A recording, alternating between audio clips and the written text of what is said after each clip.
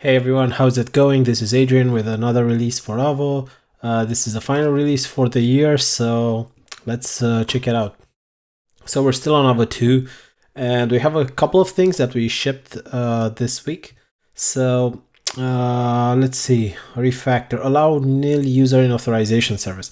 Yeah, so what was happening there before, we had this thing where we would just return true if current user, if user was nil.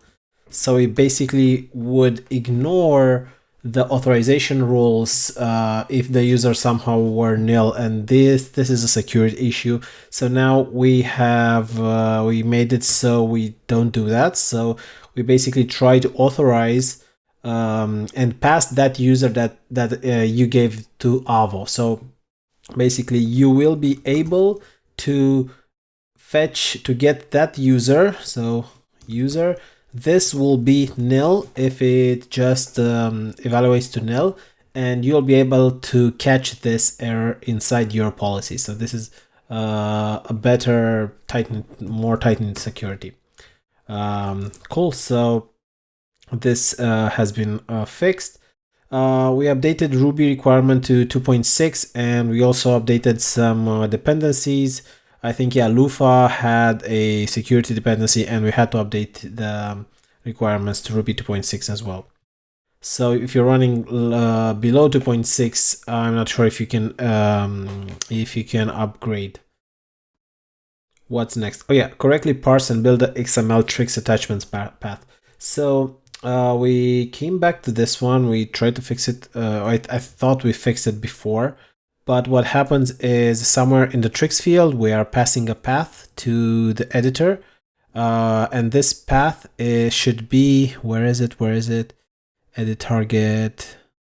It's somewhere around here. So the path should be the path where you can paste in your URL. So the trix attachment path.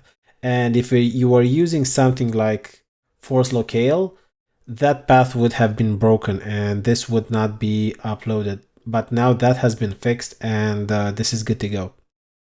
So this is cool. Fix Activestorage dependency details. So thank you so much, John. So what was happening was we are doing somewhere inside our app where we are adding the host for the Activestorage like current instance. But if you don't have any Activestorage current, then that's an issue. So what John did was added this check, like if it's defined or not, and fixed a few things in our init script. So thank you so much, John. So valid associations authorization scope. Yeah, this is another one for authorization. So what was happening was that, where is it? Yep, in the associations controller. Whenever you go into, let's see which one. So a team, and now you have users here. So a team has many users. So whenever you do that, instead of getting the scope for the users here, you would actually get the scope for the team, and that's definitely not what you want. So now that has been fixed. So you'll get the proper scope here. So you'll get like user policy.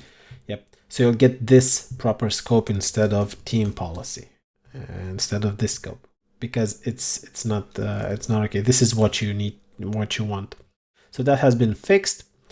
Next, and the tiny feature, dashboards authorization. Yeah, so before we didn't have a mechanism to authorize these dashboards, right? So if you wanted to have one dashboard that was for your analytics team and one for the public, and you didn't want the public to see the dashboard for your analytics team, what you could have done was go in the initializer, and just hide this dashboard completely, right? And you can do that. But that doesn't really protect it from somebody just trying out this link, so dashboard dashy. And what we added was this new authorize method, where you have access again to params, like you're used to, like current user, and so much more, and I think dashboard as well. So you get access to everything you need, and you can make this check. So I'll do this like current user is not an admin, which this user is, and you'll see like, okay, let's see what happened. And you'll see that I will not have, oh yeah, I know what's happening. Yep. So what was happening was it was redirecting to my homepage, but my homepage is actually this page. So I'm going to move this to my sales dashboard and try it out there. So right now my current user is an admin, so I'll be able to visit it. But if I mark it as not an admin and refresh the page, I'm redirected to my homepage. So basically nobody is going to be able to visit that. Cool, so I think that's about it for today's Avo 2 release. How's it going with Avo 3? So let me just do some things here. So things are going pretty well. So we have this new PR. Let me just create this like that. So previewing records, this is a new thing. So I'm gonna go into Teams. Some of you guys requested that. Let's say you have a resource with a lot of fields, but you don't want to show them all in your index table. You just want to show like maybe the name and logo and whatever the color. Now we introduce this new field called preview, where you can add new fields. So let me show you how this works. Okay, cool. So let me show you how this works. So team resource, you'll have some fields that maybe you don't want to show them on index. So you'll do something like hide, but maybe not the name. Let's do something else. Let's do the color. Okay, so we'll hide on index, but we will show it on preview, right? So we have this new view called preview. We have index, new, edit, and show, and now we have this preview view. And now you see the color has disappeared from my my columns here. If I go on the view, I can see it, and if I go to preview, I have it here. So you see I have access to Amazon, so the name and the color, right? Cool. So this is a cool addition. I know some of you asked for this, and you can pretty much add it anywhere you want to see it. So let's try this one, show on preview, and now we should be able to see that as well. Yep, so this, okay, cool. We have to check this out. So we'll improve on that. Cool, what else? So let's see, pull requests. Scopes, yeah. So Paul has done an amazing job on scopes. So again, some of you requested this. You have the filters already, but maybe you don't want the user to go into the filter and select it. You have something, some records segmented to some things like admin or non-admin and whatever. You just want to put it out. You want to put it out there. So we have this thing. So we have an all scopes, and you can define other scopes in here. I'm going to show you how these look. Let me just go into the code. And we have this, where is it? Scopes. Okay, admins. Let's take this scope. So we have a generator that generates the scope, and you have a name, you have a description. This description pops up in your tooltip. So you'll get it somewhere around here when you hover over it. We'll see it in just a second. Maybe. It's there, don't worry. And then you can add a scope to it, so admins. So this scope is added to that model. So if I go into user, we'd have this admin scope, so it will go and look for that. Or if you want to do something raw, you just make this a lambda and you just add your, you just build upon that query, right? And you have this visible lambda as well. So this is pretty much a scope, and then you go to a resource and you add the scopes, odd, admins, non-admins, active, and so on. And then Avo just creates this whole thing for you. Coolio. What else? Let's see.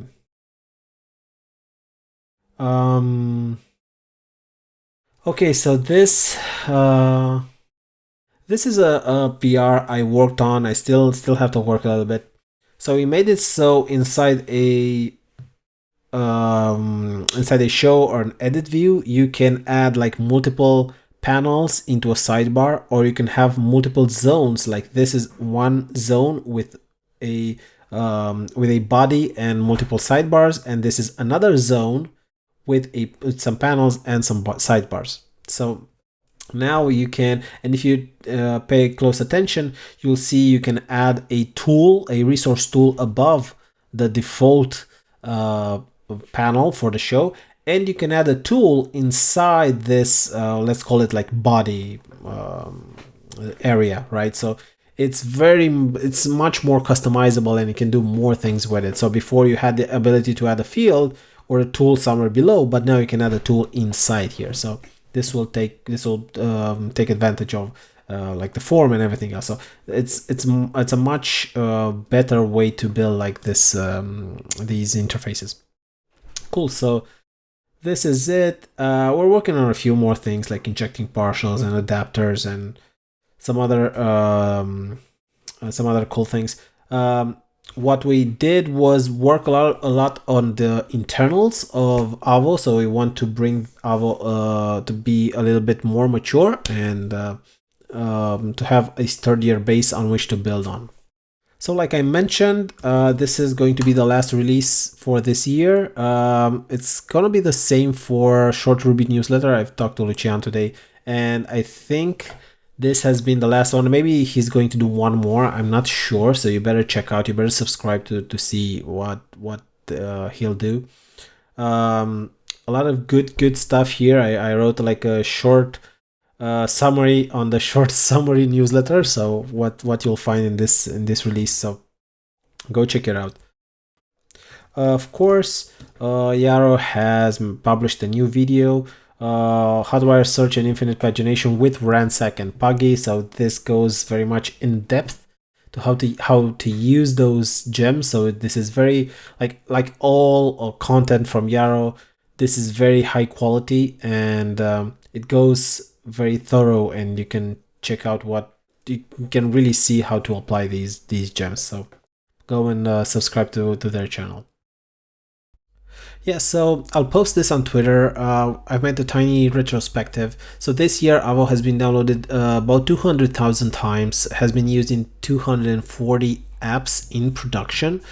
We've had 62 releases with one major release every 2 weeks, so we kept to that schedule. We've had about 490 PRs, out of which 190 were fixes, about 100 were features, and we've had 43 external contributors. And I want to thank each and every one of you. So I want to thank the contributors that have been shipping code. I want to thank those that have been pushing us to make Avo better, and I want to thank all of you that are using it and sharing it with everybody. This has been a wild ride this year, and I'm just very glad that I found somebody else that likes Avo as much as I do, and that I hope it makes your tooling better, and it helps you ship better apps and faster. Because I made this retrospective, we also made a survey. So please come in and fill it out. So avohq.io/survey. And we just want to know what you enjoy from Avo, what you enjoyed this year, about our level of support, about what you want to see next, and a few more questions. So it won't take long. It will take like 5 or 6 minutes. And we appreciate all the feedback and ideas. So don't skimp on that. Just brain dump everything you want to share with us. So this will be our final release for this year. We'll be present on Discord, on GitHub. But until then, until next year, I hope you have very pleasant, very happy holidays, and the next year will be much better to you guys. Thank you so much for making this a wild ride. Thank you for myself, Adrian, and from Paul. Happy holidays, and have an amazing new year.